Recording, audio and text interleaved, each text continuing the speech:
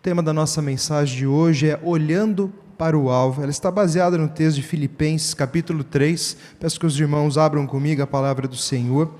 Filipenses, capítulo 3, verso 12 ao 16. Mantendo os olhos no alvo, apesar de todas as distrações que temos vivido. Filipenses, capítulo 3, do verso 12 ao 16.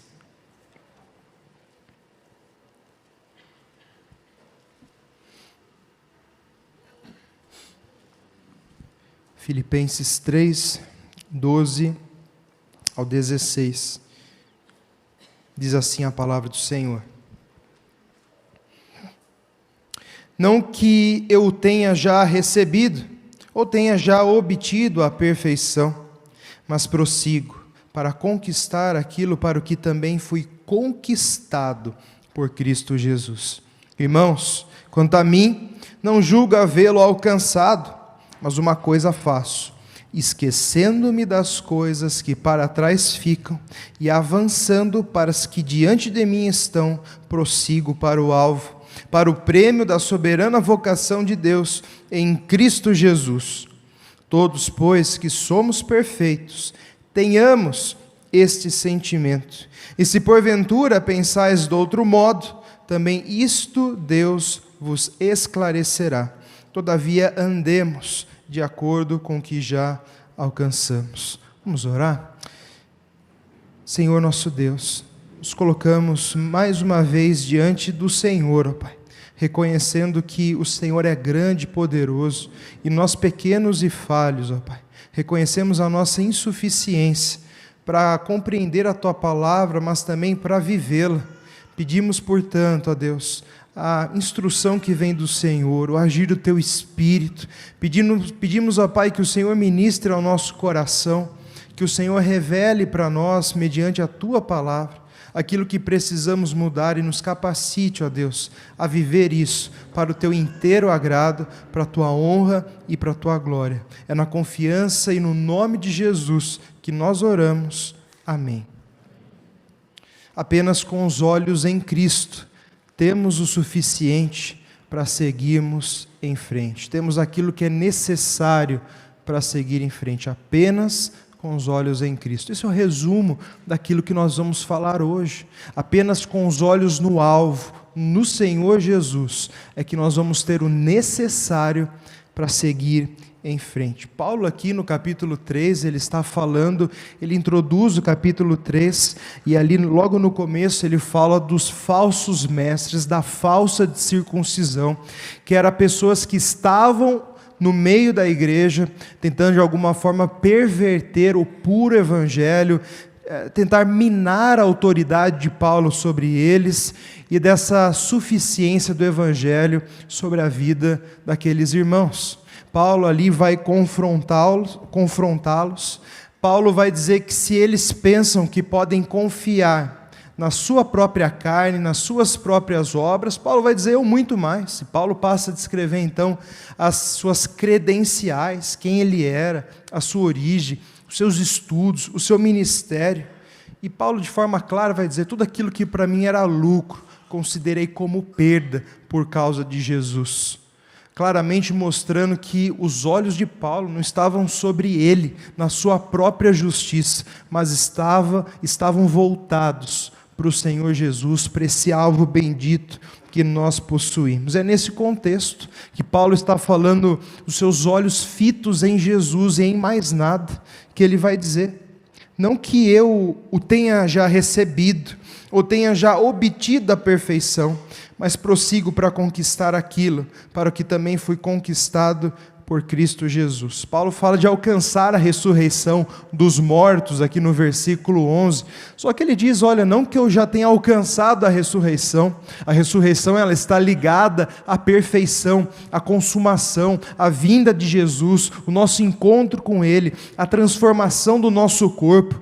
Essa obra da salvação vai ser consumada quando Cristo voltar na ressurreição. Paulo está falando sobre isso, mas ele diz claramente: irmãos, eu não julgo tê-lo alcançado, eu ainda não sou perfeito. Em outras palavras, é isso que ele está dizendo: eu não obtive ainda a perfeição, apesar de estar convicto que meus olhos estão em Cristo, que eu estou simplesmente não confiando na minha carne, mas confiando inteiramente na graça de Jesus. Eu sei que eu tenho coisa para mudar na minha vida, é isso que ele está dizendo. Eu sei que há áreas na minha vida que precisam ser ainda lapidadas pelo Espírito, apesar da minha maturidade, da minha visão, da minha história ao lado do Senhor, apesar de tudo aquilo que Deus já me usou no seu reino, todo o ministério que Ele já confiou nas minhas mãos, eu sei que ainda tenho muito para crescer. Eu ainda tenho áreas que precisam ser trabalhadas pelo Senhor. É isso que ele diz: não que eu tenha já recebido, obtido a perfeição, mas prossigo para conquistar aquilo para o que também fui conquistado por Jesus. A ideia, meus irmãos, é que nós só chegaremos lá, na linha de chegada, na perfeição, no nosso alvo, quando Cristo voltar. Mas até lá, nós estamos perseguindo esse alvo. Nós estamos olhando e continuamos indo nessa direção. E nós, de forma alguma, nos estagnamos no meio do caminho, mas continuamos a correr. Fica notória aqui a ilustração que Paulo usa, obviamente não apenas aqui, mas outros autores fazem uso dela, a ilustração de que a nossa vida é como uma corrida, como uma maratona. Paulo evoca esse tipo de ilustração aqui nesse trecho, dizendo então que nós devemos continuar e não deixar que ficamos no caminho por nenhum tipo de pensamento, como aquele de que por algum modo tenhamos já chegado lá. Não, nós não chegamos lá. Só que é interessante ver o que Paulo diz aqui, Ele fala: não que eu já tenha obtido a perfeição, mas prossigo para conquistar o que também fui conquistado por Jesus. Eu estou caminhando para conquistar algo que eu já tenho a certeza que Cristo conquistou para mim. Muito interessante isso, porque embora Paulo não tenha chegado lá, ele já tem a certeza de que ele chegará lá. É isso que ele está dizendo. Embora eu não seja perfeito, eu sei que aquele que começou boa obra em mim há de completá-la até o dia de Cristo Jesus. Embora eu não seja perfeito hoje, eu tenho certeza da concretização da obra de Cristo na minha vida, de me tornar perfeito, assim como Cristo é, totalmente sem pecado. Essa é a esperança. Nós temos a certeza que chegaremos lá, por isso é uma corrida de vitória, que a vitória já foi conquistada por nós. Nós somos mais do que vencedores por meio daquele que nos amou, diz Paulo em Romanos 8. Graças a Deus que nos dá a vitória por intermédio de Cristo Jesus, o nosso Senhor. 1 Coríntios 15. Não faltam textos para mostrar que a vitória já é nossa, porque nós vencemos com Jesus. Então, por mais que ainda não chegamos na linha de chegada, nós já temos a certeza de que esse Deus nos guardará no percurso e chegaremos então salvos no seu reino. Que esperança gloriosa que possuímos. Meus irmãos, a certeza que temos de que não só chegaremos lá, mas também de que temos muito ainda para tratar na nossa vida. É triste ver pessoas que olham para si, orgulhosas dos seus feitos e de certa forma estão estagnadas na sua vida, dando-se por satisfeitas de tudo que já fez até o presente dia, e de certa forma isso tem impedido tais pessoas de prosseguir para o alvo. Simplesmente presas a um orgulho passado, estão acomodadas em si mesmas, olhando apenas para si mesmas e assim acorrentadas pelo seu passado de prosseguirem e de crescerem na graça de Jesus. Sobre isso, veja o que Salomão diz em Provérbios capítulo 1, no verso 32. Os nécios são mortos por seu desvio, e aos loucos a sua impressão de bem-estar os leva à perdição.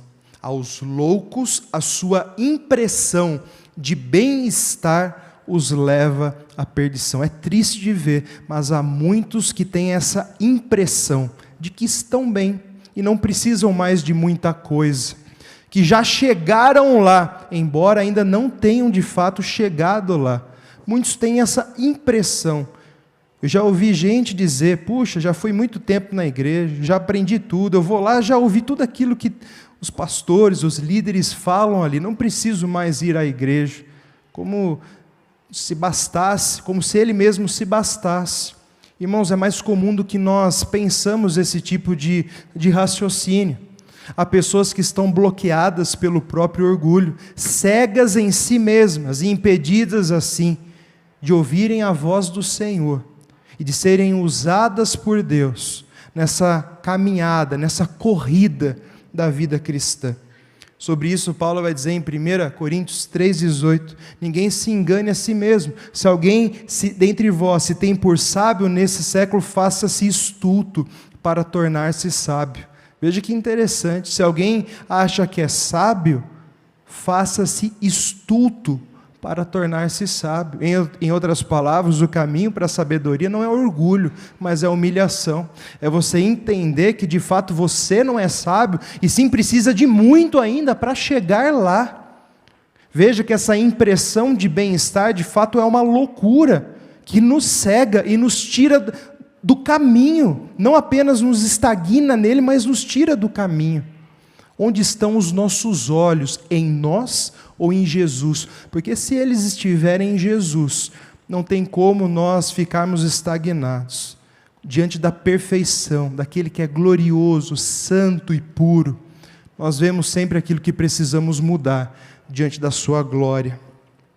Mas Paulo vai dizer: prossigo para conquistar aquilo para o que também fui conquistado por Cristo Jesus. A palavra conquistar aqui significa pegar, mas pegar firmemente, com grande esforço. É o que nós chamamos aqui tomar posse, exatamente isso. Segurar e agarrar firmemente. Esse empenho que é cobrado de nós, de buscarmos esse alvo, de empregarmos as nossas forças para sermos como Cristo.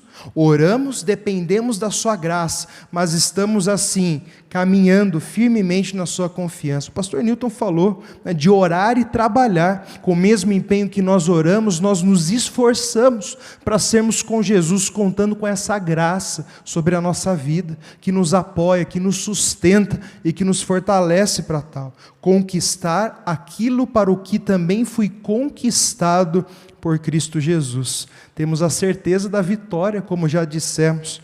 De forma muito semelhante, Paulo vai trabalhar essa ideia em 1 Coríntios 1, 2. Em outras palavras, ele diz basicamente a mesma coisa. Na saudação da sua primeira epístola aos Coríntios, ele diz: a igreja de Deus que está em Corinto, aos santificados em Cristo Jesus, chamados para ser santos. Veja que interessante, aqueles que já foram santificados em Cristo, mas que ao mesmo tempo estão sendo chamados para serem santos. É como se ele dissesse aos aperfeiçoados em Cristo, chamados para serem perfeitos. Nós já temos a certeza da completude da obra em nós, mas somos chamados a viver aquilo que Cristo já conquistou por nós, tendo esse consolo, essa grande esperança que repousa. A certeza de que Deus é conosco, Ele completará a obra e Ele está na nossa caminhada. Ainda que eu ande pelo vale da sombra e da morte, Tu estás comigo, Teu bordão e Teu cajado me consolam. Esse bom pastor que caminha ao lado do seu povo. Versículo 13, irmãos, Paulo repetindo aqui: irmãos, quanto a mim não julgo havê-lo alcançado, mas uma coisa faço, esquecendo-me das coisas que para trás ficam e avançando para as que diante de mim estão, prossigo para o alvo, para o prêmio da soberana vocação de Deus em Cristo Jesus. Paulo então amplia a ideia da corrida, mostrando algo que pode impedir, e agora de forma mais detalhada, que pode nos impedir de correr até o alvo, de continuar correndo. Ele vai dizer que para prosseguir adiante, para perseguir esse alvo, nós precisamos esquecer das coisas que para trás ficam. É assim que nós avançamos para aquelas que diante de nós estão, deixando para trás as coisas que ficam para trás. Quais as implicações disso? O que significa então esquecer das coisas que para trás ficam? Interessante, novamente evocando aqui a ideia de corrida, quem corre sabe disso, né? Você tem que se manter fito, olhando para frente. Se você olhar para trás, para ver o quanto você já correu, ou de alguma forma tentar visualizar alguma coisa, é fácil você perder o seu rumo, tropeçar, ou perder tempo, ou diminuir a sua velocidade. O atleta ele tem que se manter focado, concentrado. Então, nessa ilustração, Paulo também usa esse elemento para dizer, nós esquecemos das coisas que para trás ficam. E aqui tem uma série de implicações, eu quero pelo menos trazer 3 delas para aqui, para a nossa meditação. Certamente, quando Paulo fala, esqueço das coisas que para trás ficam, digo aqui em linhas gerais a começar, não significa apagar da nossa memória, isso é claro. Esquecer é um termo que Paulo usa para dizer que as coisas que para trás ficam, por mais que elas pesaram na nossa vida, tanto para o bem como para o mal, elas não nos acorrentam, não nos aprisionam mais de forma que elas nos impedem de prosseguir, ou nos fragmentam, nos diminuem, de forma que nós não corremos com o mesmo entusiasmo e com a mesma velocidade. Mas essas coisas não têm mais poder para diminuir o nosso rumo para o alvo.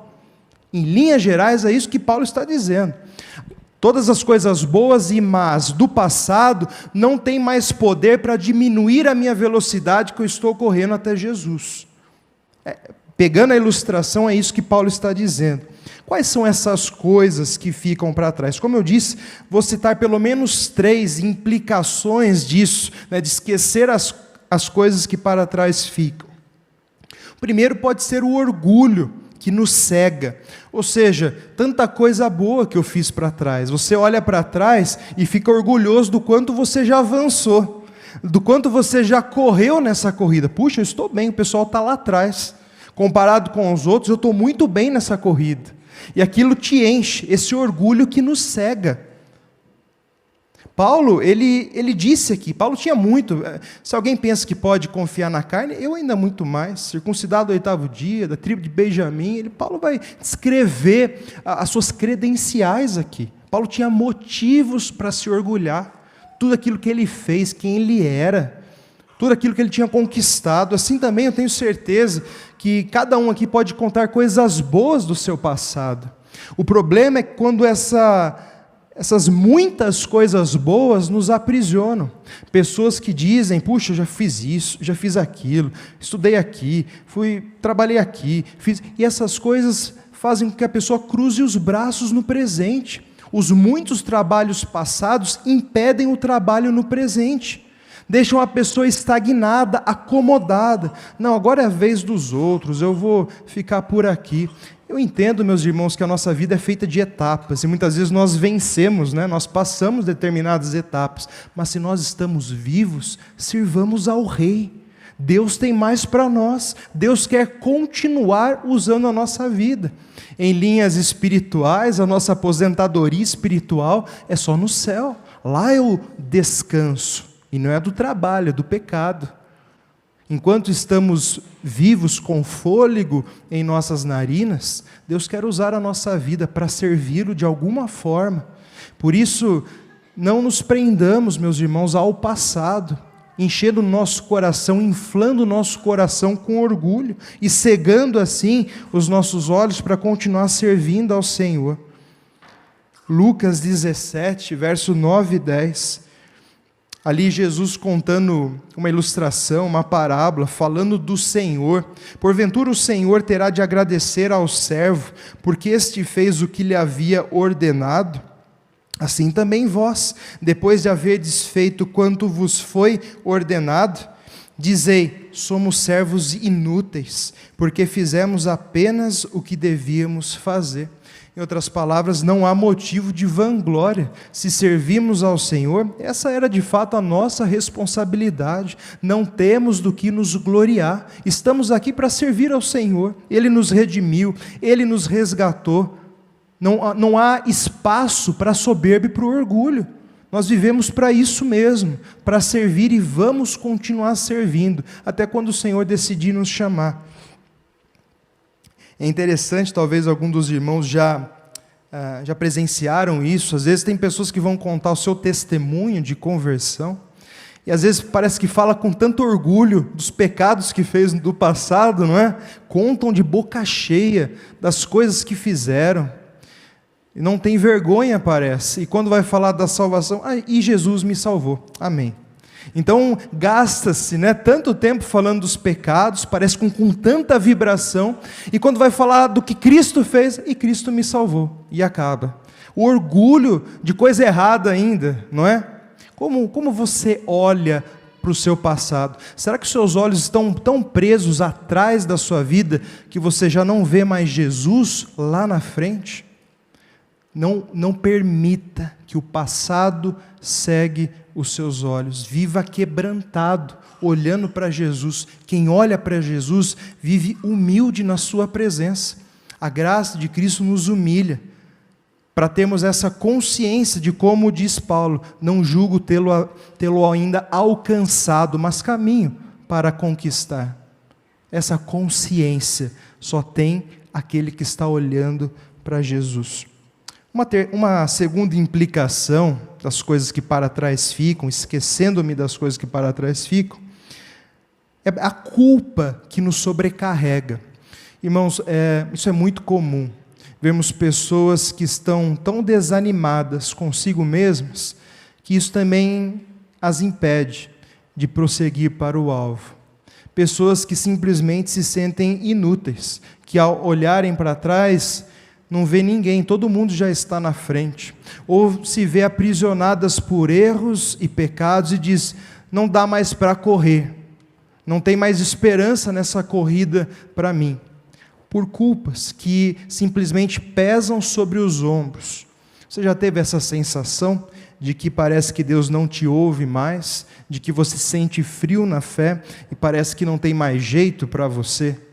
Como se Deus tivesse esquecido de você, e você ora, parece que Deus não vai te ouvir, porque você não merece ser ouvido, e não tem mais jeito para você. Pois é, o nosso coração produz esses tipos de sentimentos, de forma muito comum, e nós em algum momento da nossa vida experimentamos esse tipo de pensamento. Na verdade, João, 1 João capítulo 3, ele fala sobre isso. Se o nosso coração nos acusar, ele vai falar dessas acusações que brotam do nosso coração. Só que ele diz também a solução para elas. Se o nosso coração nos acusar, certamente Deus é maior do que o nosso coração e conhece todas as coisas. Em outras palavras, João está dizendo, quem dá a última palavra sobre a nossa vida não é o nosso coração, ou o que nós sentimos, ou o que nós pensamos. Quem tem a última palavra sobre a nossa vida é o Senhor. Deus é maior do que o meu coração e conhece todas as coisas. Cristo foi morto antes da fundação do mundo. Vimos isso hoje também pela manhã, ou seja, os nossos pecados, a nossa dívida, ela foi paga cabalmente pelo Deus que conhece e sabe de todas as coisas. O preço foi pago. Não podemos fazer nada nem para Deus nos amar mais, nem para Deus nos amar menos, porque Ele já nos amou de uma tal maneira que Ele entregou seu Filho por nós. Deus prova o seu próprio amor para conosco, pelo fato de ter Cristo morrido por nós, sendo nós ainda pecadores. Portanto, pela fé, novamente, tiremos os nossos olhos do lamaçal da culpa do pecado, voltemos os nossos olhos para a graça, para a misericórdia de Deus, na pessoa de Cristo Jesus, pelo seu amor que não muda, que não passa, que permanece o mesmo, para que você se levante do lamaçal, para que você desate as prisões, os grilhões da culpa, e para que você consiga continuar com velocidade máxima, seguindo para o alvo. Malaquias 3,6 vai dizer: porque eu, o Senhor, não mudo, por isso vós, ó filhos de Jacó, não sois consumidos. Ou seja, esse Deus que faz aliança, pacto com o seu povo, Ele não volta atrás da sua palavra, a despeito do próprio povo. Apesar da infidelidade do povo, Deus permanece fiel à sua palavra e diz: jamais invalidarei a minha aliança para convosco. Deus é esse Deus fiel, Deus que nos amou totalmente em Cristo Jesus. Você pode se levantar da culpa, porque como diz Paulo aos Romanos, nada, nem coisa alguma, nenhuma criatura pode nos separar do amor de Deus que está em Cristo Jesus, o nosso Senhor. Você pode olhar para a graça e continuar caminhando. Mas também, pelo menos mais uma terceira implicação de coisas que podem nos aprisionar no passado são traumas. Traumas que vivemos no passado, situações tão difíceis que nós nos sentimos despedaçados por elas. Quem já viveu algum trauma pesado sabe do que eu estou falando. Situações que nos marcaram tanto no passado que nós sentimos que parte de nós ficou lá atrás. E talvez nós não nos sentimos mais os mesmos desde então. Situações tão difíceis. E parece que algumas pessoas, para lidar com isso, tentam se ocupar com outras coisas, para não ficar pensando nisso, né? Outros chegam no extremo de usar drogas e álcool, para tentar esquecer das tristezas da vida e dos traumas que viveu. Mas a resposta bíblica para lidarmos com os traumas não é nos esquecermos deles, mas tratarmos eles diante da graça do Senhor, dessa graça bendita. Isaías, capítulo 40, verso 27 a 31 diz assim: por que você reclama, ó Jacó, e por que se queixa, ó Israel? O Senhor não se interessa pela minha situação, o meu Deus não considera a minha causa. Será que você não sabe? Nunca ouviu falar? O Senhor é Deus eterno, o Criador de toda a terra. Ele não se cansa nem fica exausto. Sua sabedoria é insondável. Ele fortalece ao cansado, dá grande vigor ao que está sem forças. Até os jovens se cansam e ficam exaustos. Os moços tropeçam e caem. Mas aqueles que esperam no Senhor renovam as suas forças. Voam bem alto como águias, correm e não ficam exaustos, andam e não se cansam. Essa é a palavra de esperança para nós, para onde estamos olhando, para os grandes problemas da nossa vida, ou esse grande Deus. A sua sabedoria é insondável, Deus jamais perdeu o controle da história, esse Deus soberano que reverte o mal em bem, a vergonha em honra, a desgraça em glória para o seu nome. Olhemos para esse Deus eterno, soberano, que nos amou e nos chamou com santa vocação em Jesus. Onde nós estamos olhando, o remédio para todos essas coisas que querem nos prender no passado, é olhar para a graça de Jesus, é olhar para a salvação em Cristo, o que nós somos nele, mais do que vencedores, o preço foi pago, a obra está consumada, a vitória é garantida, Deus está conosco, nunca nos deixará, jamais nos abandonará, está na frente, está conosco, está por toda a história. Esse Deus eterno que caminha com o seu povo, você pode se levantar, você pode continuar correndo, a provisão no Senhor, está nele todas as coisas que conduzem à vida e à piedade, por meio do conhecimento completo daquele que nos chamou para a sua própria glória. Diz Pedro, nele estão todas essas coisas. Olhando para Jesus, nós temos aquilo que é necessário para seguir em frente. Eu avanço para aquelas que estão diante de mim, esquecendo das coisas que para trás ficam, avanço para aquelas que diante de mim estão. Você só vai avançar e viver aquilo que ainda Deus tem para você e como Deus quer te usar, se você conseguir deixar para trás, olhando para Cristo e dependendo dele. A riqueza, meus irmãos, do que está diante dos nossos olhos, supera em muito aquilo que foi deixado para trás. Por isso que nós podemos seguir, porque a glória, a riqueza a esperança que nós temos em Jesus é muito mais preciosa. Prossigo para o alvo, para o prêmio da soberana vocação. O corredor, por mais cansado que esteja da corrida difícil, com tantas lutas, tantos competidores, tantas coisas querendo tirar o foco, ele do caminho, tanto cansaço, o prêmio da chegada é o que o consola. O prêmio da chegada é que faz com que o corredor resista a toda a dor que ele está sentindo no meio da corrida. A esperança de chegar até a linha, até o prêmio, é isso que nos impele, mesmo diante de todas as dores, a continuar seguindo em frente. Romanos 8,18, porque eu tenho por certo que os sofrimentos do tempo presente não podem ser comparados à glória que vai ser revelada em nós. 2 Coríntios 4,17, porque a nossa leve e momentânea tribulação produz para nós eterno peso de glória acima de toda comparação, não atentando nós nas coisas que se veem, mas naquelas que não se veem, porque as que se veem são temporais, mas as que não se veem são eternas. Os nossos olhos não estão aqui na nossa corrida, mas está nas coisas que nós não vemos, na linha de chegada. Buscai as coisas do alto, pensai nas coisas do alto. Diz o apóstolo Paulo, é para lá que está a nossa mente, é nessa direção que nós corremos. Caminhando para o fim, aqui nos últimos versículos, Paulo vai dizer: todos, pois, que somos perfeitos, tenhamos esse sentimento. E se porventura pensais de outro modo, também isto Deus vos esclarecerá.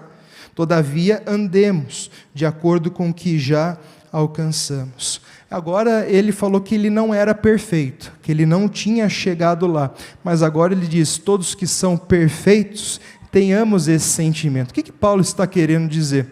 Justamente aquilo que ele disse: eu não julgo tê-lo conquistado, mas prossigo para conquistar aquilo para o que também fui conquistado pelo Senhor. Ele já é perfeito, mas ele persegue a perfeição. Ele já é santo e persegue a santidade.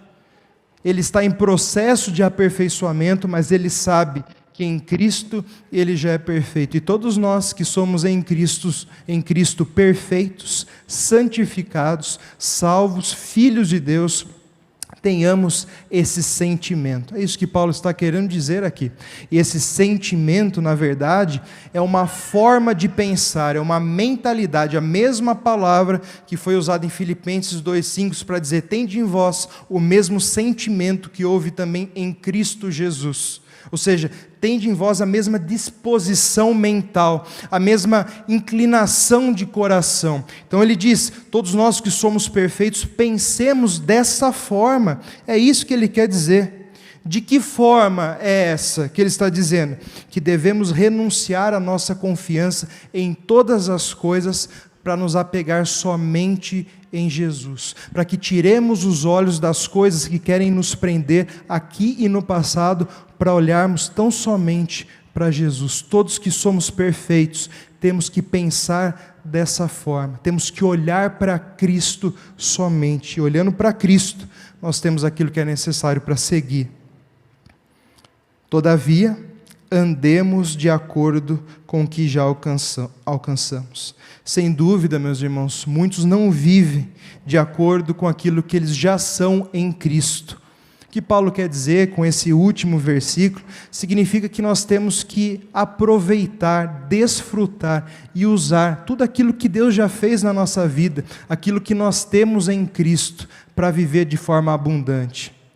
Tem gente que tem a vida eterna, mas não desfruta da vida eterna. Você precisa andar de acordo com aquilo que você já alcançou, de acordo com aquilo que Deus já fez em você nessa corrida. Você usa aquilo que você tem em Cristo para correr mais firmemente, para chegar mais longe.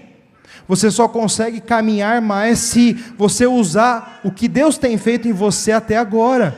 É isso que Paulo está dizendo. Em outras palavras, como Paulo disse a Timóteo: toma posse da vida eterna. Usufrua, desfrute, viva, dependa do Senhor. O caminho entre você e Deus já está aberto pela graça de Jesus. Nos aproximemos então com ousadia diante do trono da graça, usemos, vivemos na sua dependência.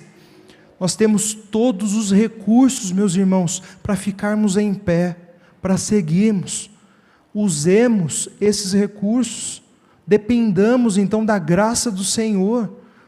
Use a oração, use a palavra. Muitas vezes queremos com a nossa força vencer tantas dificuldades da nossa vida, mas se buscássemos ser cheios do Espírito, se voltássemos tempo para orar e buscar Deus na sua palavra, nós venceríamos tantos obstáculos da nossa vida.